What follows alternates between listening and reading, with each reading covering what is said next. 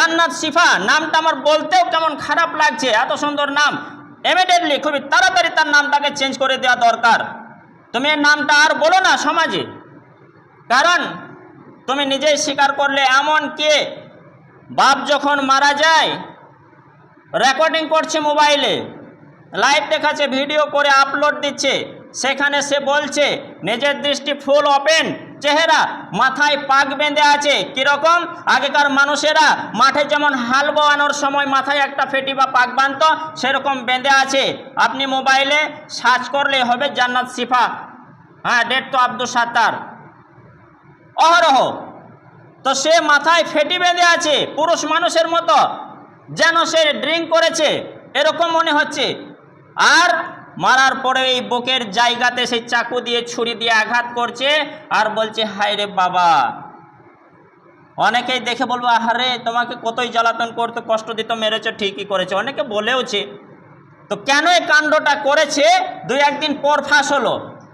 তো এই যে মৃত্যু বাবার গায়ে আবার ছুরি নিয়ে বারবার আঘাত যখন করছে, আমি যখন দেখলাম সঙ্গে সঙ্গে আমার মনে পড়ে গেল সেই হিন্দার কথা, যে আবু সুফিয়ানের স্ত্রী যখন গায়ের মুসলিম ছিল, মুসলমান হয়নি, তখন ভাইয়ের বাবার প্রতিশোধ নেওয়ার জন্য আমির হামজার কলিজাটাকে, আল্লাহ রাসূল সাল্লাল্লাহু আলাইহি ওয়াসাল্লামের চাচার কলিজাটাকে বের করে চিবিয়ে চিবিয়ে ফেলেছিল, সেই দৃশ্য মনে পড়ে যায়। তবু কিন্তু হিন্দা ছিল তোমার থেকে অনেক গুণে ভালো, গায়ের মুসলিম হয়েও কেন হিন্দা সকলের সামনে আমির হামজার ওপরে অপবাদ দেয়নি? সে প্রতিশোধ নিয়ে রাগ মেটানোর জন্য করেছিল। তুমি নিজের বাবার ওপরে অপবাদ দিলে, কি বলে বাবা ছিল দুশ্চরিত্র, আমাকে নির্যাতন করতো, জ্বালাতো। তারপরে 199 কল করে পুলিশ প্রশাসনকে ডেকে অ্যারেস্ট হয়ে গেল, নিজে নিজে চলে গেল। গাড়িতে যখন যায় হাসতে হাসতে যায়। যে বাবার বদলতে লালন পালনে তুমি দুনিয়ার মুখ দেখলে, জান্নাত যাবে সেই বাবার রাস্তা ধরে, আর তুমি তাকে চিরকালের জন্য বিদায় নিয়ে হাসতে হাসতে গেলে। তো এই কাণ্ডটা কেন করলে? এটা ছিল একটা নাটক, ছলনা, যে তাড়াতাড়ি যাতে দেশবাসী আমাকে সাপোর্ট করে আর আদালত প্রশাসন আমাকে যেন তাড়াতাড়ি মুক্তি দিয়ে আবার ফিরিয়ে দেয়, সে আমার বান্ধবীদের কাছে, শয়তানের চারাগুলির কাছে আমি যাতে ফুর্তি আনন্দ করতে পারি, এনজয় করতে পারি, সেই মুক্তি লাভের আশায়। মেয়েদের ছলা কলা কৌশলা ইউসুফ নবীকে পেছন থেকে জুলাইখা ধরে দোষ দিয়ে দিয়েছিল ইউসুফ নবীর, কিন্তু প্র্যাকটিক্যালে দোষ ছিল জুলাইখার। তো সেই মহিলাটি একেবারে তাই করে দিল, নিজে দোষ করে দোষটা অন্যর ঘাড়ে, বাপের ঘাড়ে চাপিয়ে দিয়েছিল। নিজের বাবা মা মারা যায়, এতিম হয়, বাবা একা আর সংসার করেনি। কেন করেনি? ছোট্ট ছোট্ট সন্তান, তাই আমার সেই জান্নাত শিফা আছে, কিভাবে লালন পালন করে মানুষ করে তাকে আমার জামাইয়ের হাতে তুলে দেবো, বিয়ে দিয়ে দেব, শ্বশুর বাড়ি পাঠিয়ে দেব, এই উদ্দেশ্য নিয়ত ছিল। কিন্তু সে লেস ক্যারেক্টার, সে কিন্তু বাবের আর মর্যাদাটা রাখতে পারলো না।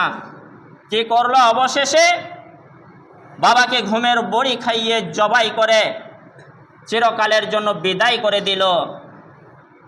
এবং শুধু বিদায় করলো তা না, তার নামে দোষ চাপালো, অপবাদ দিল। শুধু তাই নয়, গোপনে গোপনে মানুষ পাপ করে, সে কিন্তু প্রকাশ্যে ভিডিও কলে ভিডিও করে আপলোড করে জনসংযোগে প্রচার করে দিল, ছড়িয়ে দিল। হায় রে জান্নাত শিফা। যারা শুনেছে, যে কথাটা বলেছে, লাইভটা দেখেছে, ভিডিওটা দেখেছে, অনেকেই বলেছে হ্যাঁ তুমি ঠিকই করেছো। তো হ্যাঁ, যারা মন্দ মানুষ হবে মন্দ লোককে তো সাপোর্ট করবেই, এটা তো বাস্তব, এটা বাস্তব। অনেকে বলে না চলতি কথায় নেজ তুলে দেখতে হবে, বলদ না গায়, আগে যাচাই করে দেখতে হবে যে সত্য বলছে না মিথ্যা বলছে। সে বলে দিল, আমি শুনে নিলাম, লাইক দিয়ে দিলাম, হ্যাঁ সাপোর্ট করে দিলাম, না না, সে পাপের অংশীদার, আমিও পাপের অংশীদার হয়ে যাব। এবার বিস্তারিত ঘটনাটা তার বলি। সে যখন সেই এতিম মেয়েটাকে লালন পালন করে বড় করে তুললো, সাবালিকা করে তুললো, এবার হয়তো বিয়ে দেবে, সে কিন্তু কিছু বান্ধবী জোগাড় করেছে। সেই বান্ধবীদেরকে নিয়ে ঘরের মধ্যে আনতো আর অশ্লীল নোংরা অপকর্ম কাজ করত। হঠাৎ বাপের চোখে পড়ে যায়। বাবা কিন্তু দেখতে পারে না নিজের মেয়ের এই কুকীর্তি, প্রতিবাদ করে 1 2 3 4 5 বার প্রতিবাদ করার পর কঠোরভাবে তাদের নিষেধ করে যে তুমি যে কাজটা করছো মা, আমার বড় আশা ছিল তোমাকে একটা সৌন্দর্য মহিলা করে একটা ভালো পাত্র দেখে জামাই আমি তৈরি করবো বা জামাইয়ের হাতে তুলে দেব, আর তুমি এই কাজগুলি করছো, এটা খারাপ। তাই তুমি এগুলি বন্ধ করো, তোমার বান্ধবীদেরকে তুমি ত্যাগ করে দাও। সে দেখলো তাই আমাদের এনজয়ের, আমাদের আনন্দের পথের কাঁটা হয়ে দাঁড়িয়েছে বাবা। কি করতে হবে? মা তো নেই, ঠিক আছে তাকে সরিয়ে দিই। আমার সুখের জীবন আনতে গেলে আমার বাবাকে পথের কাঁটাটাকে সরাতে হবে। বান্ধবীদের পরামর্শে, অন্যান্য দুষ্কর্ম লোকের পরামর্শে ঘুমের ট্যাবলেট খাইয়ে জবাই করে দিল ছুরি নিয়ে। কোন ছুরিতে? এই যে কোরবানির দিনে গরু জবাই করার জন্য যে ছুরিটা কিনে এনেছিল সেই ছুরি নিয়েই জবাই করে দিল। কে বলল সেই ছুরিটা? ওই যে মহিলাটি